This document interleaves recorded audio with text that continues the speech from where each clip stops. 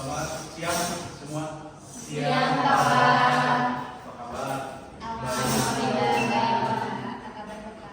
Jadi selamat bertemu kembali dalam mata kuliah yang berbeda. Jadi di semester 6 ini kalian dengan saya kita membahas mata kuliah manajemen strategik. Jadi seperti biasa ada 14 pertemuan, 16 kalau dengan TS dan MAS. Di dalam mata kuliah ini nanti kita bahas banyak nih. Pertama adalah ya tentunya pengertian ya, kerangka konsep manajemen strategik seperti apa, kemudian manajemen strategik dalam bisnis, kemudian perkembangan integrasi sistem perusahaan, kemudian lingkungan eksternal, lingkungan internal, strategi di setiap level korporasi, ada level bisnis, ada level fungsional. Kemudian kita bahas di subtopik ya, adalah ada akuisisi dan restrukturisasi, mungkin ditambah nanti dengan merger. Ada strategi internasional, ada corporate governance, ada struktur dan pengendalian, kemudian kepemimpinan strategi dan kewirausahaan yang di dalamnya ada inovasi dan kreativitas. Oke.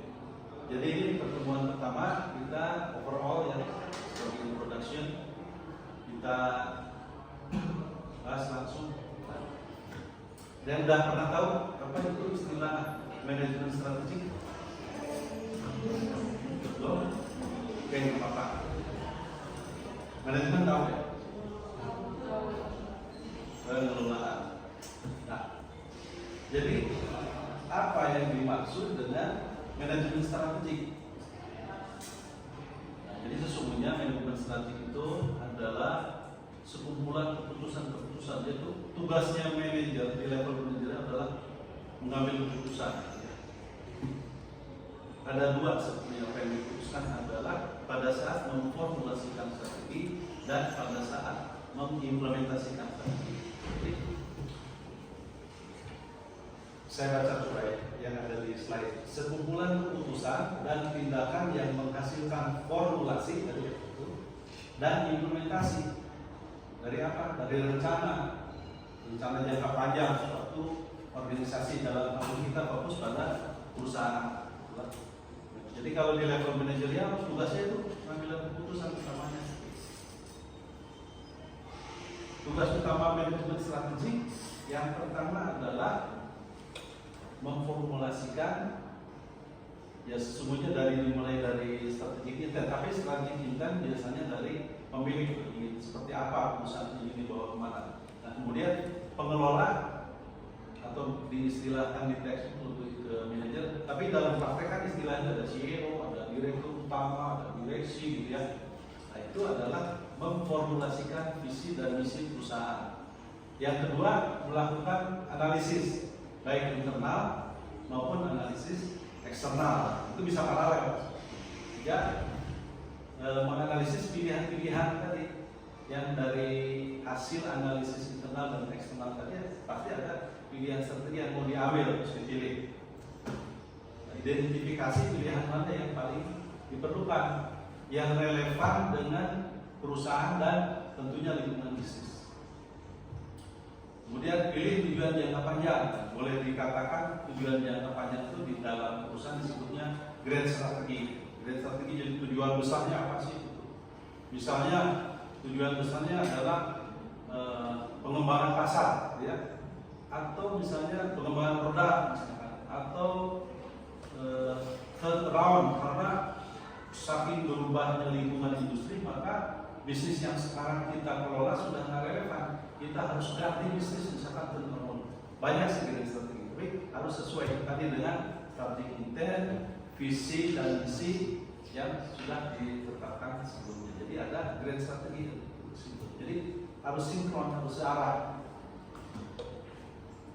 Nah, selain tujuan jangka panjang atau grand strategi tadi, harus diberi ke tujuan tahunan atau rencana kerja tahunan di dalam perusahaan biasanya disebut dengan RKA, rencana kerja dan anggaran. Itu tahunan, ditetapkan dalam rapat umum pemegang saham RUPS. Nah, pilihan-pilihan strategi juga ada yang tahunan, strategi tahunan. Jadi ada strategi yang jangka panjang, biasanya 5 tahunan, jangka panjang itu, kemudian ada strategi yang tahunan. Tapi pada saat pelaksanaan harus ada pengendalian dan nanti ada evaluasi itu untuk perbaikan ke depannya. Jadi itulah tujuan utama strategic management.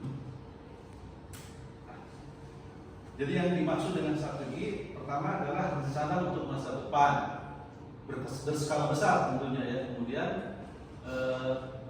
yang berinteraksi dengan lingkungan persaingan untuk mencapai tujuan tertentu ya.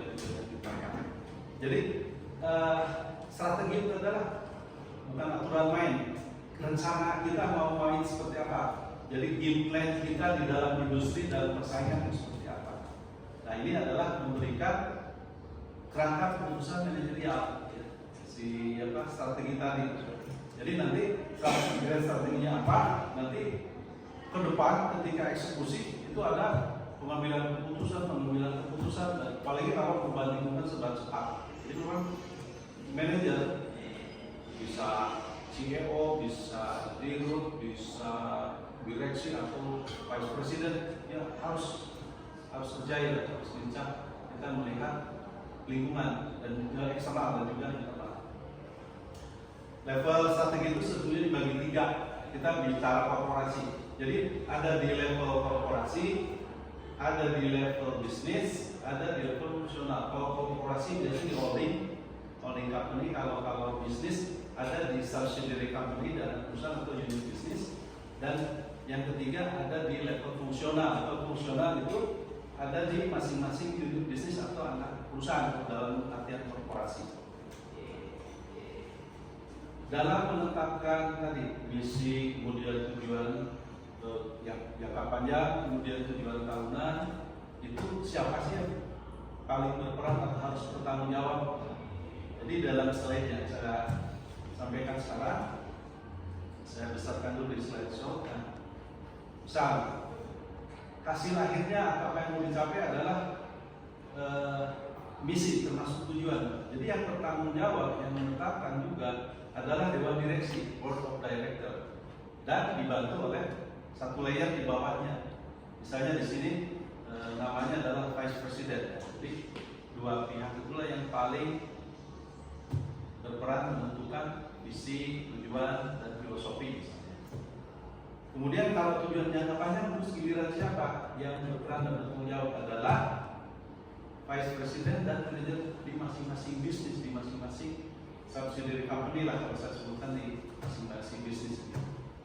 Sementara tujuan tahunan lebih turun lagi levelnya ke manajer bisnis dan manajer fungsional. Jadi bergeser gitu ya dari kira strategi sampai tujuan tahunan itu sudah ada peran masing-masing. Jadi di cascade gitu, di turun cascading down sampai ke manajer fungsional.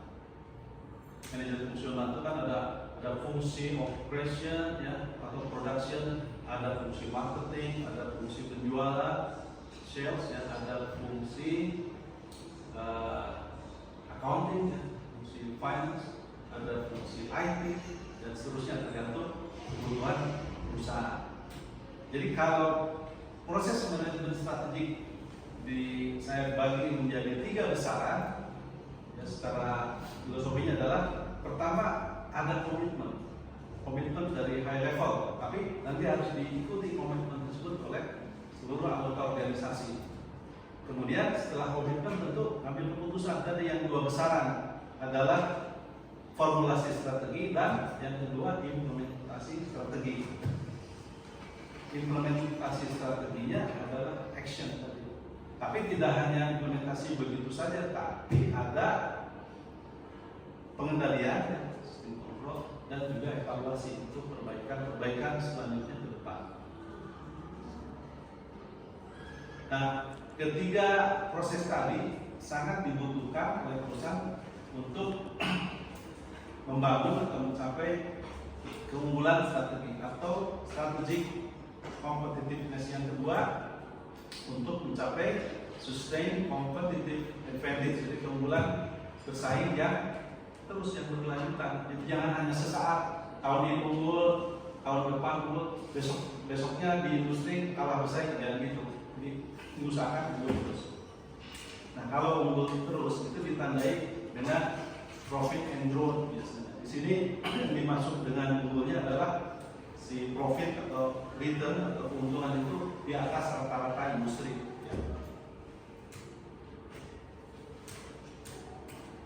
Nah, di dalam mata kuliah ini nanti bahasanya cukup banyak nih. Mudah-mudahan 14 pertemuan nanti tuntas. Kita bahas nanti mengenai strategi di 3 level tadi ya, korporasi, level bisnis, kemudian level fungsional. Bahas juga nanti dinamika persaingan, competitive dynamics. Kemudian kita ada pembahasan mengenai akuisisi, restrukturisasi, termasuk nanti ada merger lah, ya. Ada pengembangan pasar, makanya nanti akan kita bahas mengenai strategi internasional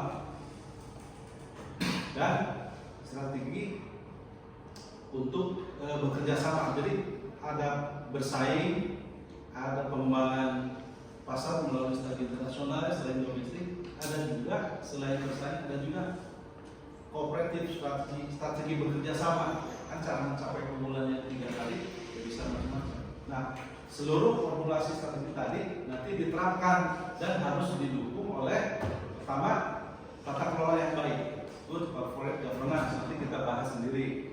Kemudian pengendalian dan struktur dan pengendalian. Nah, struktur dan pengendalian ini struktur bisnis yang dimana, struktur organisasinya seperti apa, atau struktur di dalam perusahaan. Itu harus mengacu kepada strategi yang sudah diputuskan. Jadi structure follow strategi, kan kata kuncinya itu nanti kita bahas lagi. Berikutnya di dalam implementasi ada yang namanya strategic leadership, kepemimpinan strategis. Dia harus inline, harus sinkron, ya, harmonis dengan tadi di formulasinya tadi. Yang terakhir nanti kita bahas mengenai kewirausahaan, entrepreneurship. Di dalamnya ada kreativitas, ada inovasi yang butuh kejelian dan kelincahan, ya, speed, agility lah. Nah, maka diharapkan dari formulasi dan dari implementasi tadi, harapannya adalah strategic competitiveness. Jadi ada keunggulan kompetitif, ya, keunggulan strategi keunggulan bersaing, strategic competitiveness. Jadi tadi keunggulan ini bisa ditandai dengan adanya profitabilitas atau keuntungan yang di atas rata-rata, above average return dalam cash flow seperti ini. Nanti ada input, ada proses, ada output. Inputnya tadi strategi intent, visi misi yang diwarnai oleh analisis lingkungan internal dan eksternal. Terus ada strategic activities, ya, bagian besar kedua itu terdiri dari formulasi strategi dan implementasi strategi. Kemudian outcomes-nya adalah strategic competitiveness, keunggulan strategi yang sustain, ya, untuk berkelanjutan dan ditandai dengan profit atau keuntungan yang di atas rata-rata industri. Berikutnya saya ingin menjelaskan basis bahasan kita dalam mata kuliah ini. Nanti dalam kita bicara strategi, ya, ada 2 hal yang ingin saya sampaikan nanti. Yang pertama, asumsinya adalah ada yang model resource based, nanti ada yang model market based.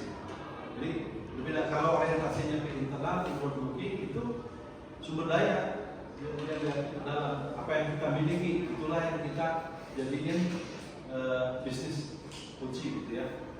Jadi resource base itu ditentukan oleh karakteristik internal, resource internal. Jadi bagaimana cara memperoleh sumber daya, bagaimana cara mengembangkan kapasitas internal seperti itu. Nah, keunggulan kapabilitas organisasinya seperti apa, kemudian dipilih strategi, ya, untuk mengembangkan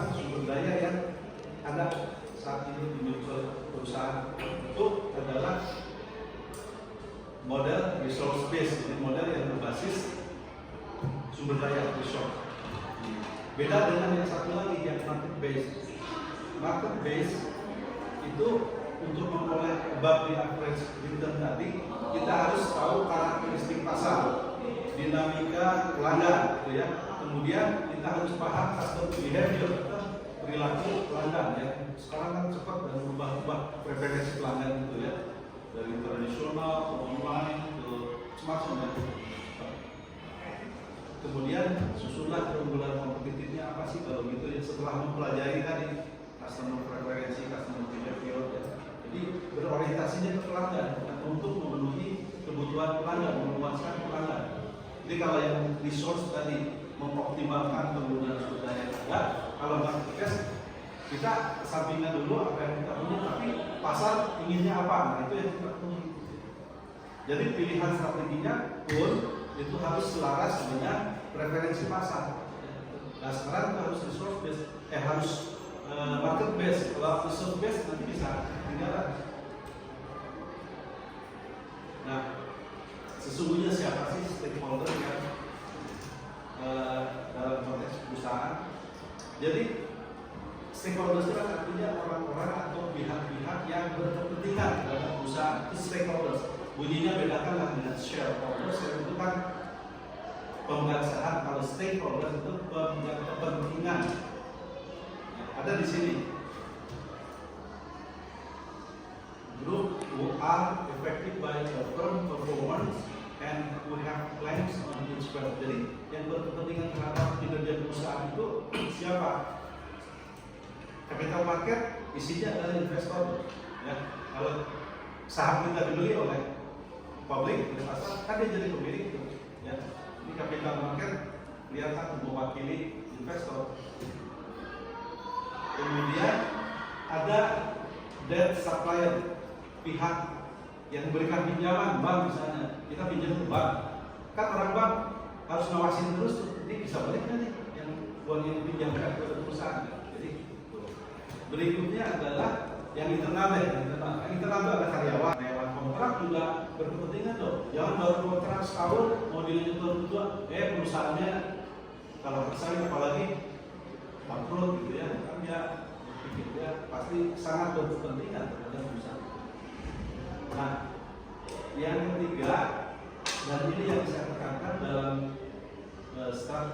model market base adalah customers, khususnya customer utama.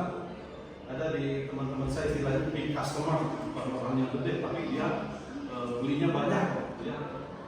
Pelanggan utama, bahkan kontraknya pakai perjanjian ya, kontraknya. Tidak, kalau retail kan tanpa perjanjian, misalkan kita pelanggan Telkomsel, pelanggan biasa, pelanggan apalagi misalkan yang retail kan nggak.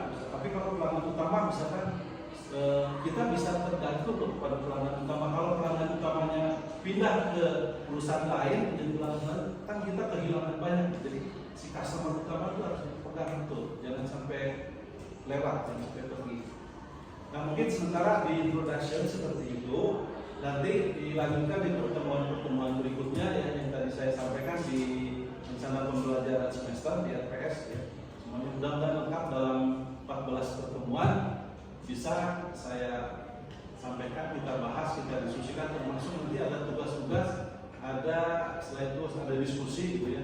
Dan dalam format penilaian atau evaluasi pembelajaran kita, saya biasanya UTS dan UAS lah sekitar 30-35%, tugas sekitar 20 atau 5%, kehadiran mungkin 10%, seperti itu di dalam program pelajaran. Jadi untuk sementara saya tutup kuliah perdana ini sampai di sini, nanti kita lanjut di pertemuan berikutnya. Mungkin karena waktu juga nanti tanya jawab simpan dulu untuk pertemuan berikutnya ya, supaya lebih detail lagi dan lebih spesifik dalam menyampaikan pertanyaan dan diskusi kita. Saya tutup kuliah hari ini. Jaga kesehatan, kita ketemu lagi di minggu depan ya. Terima kasih ya. Terima kasih.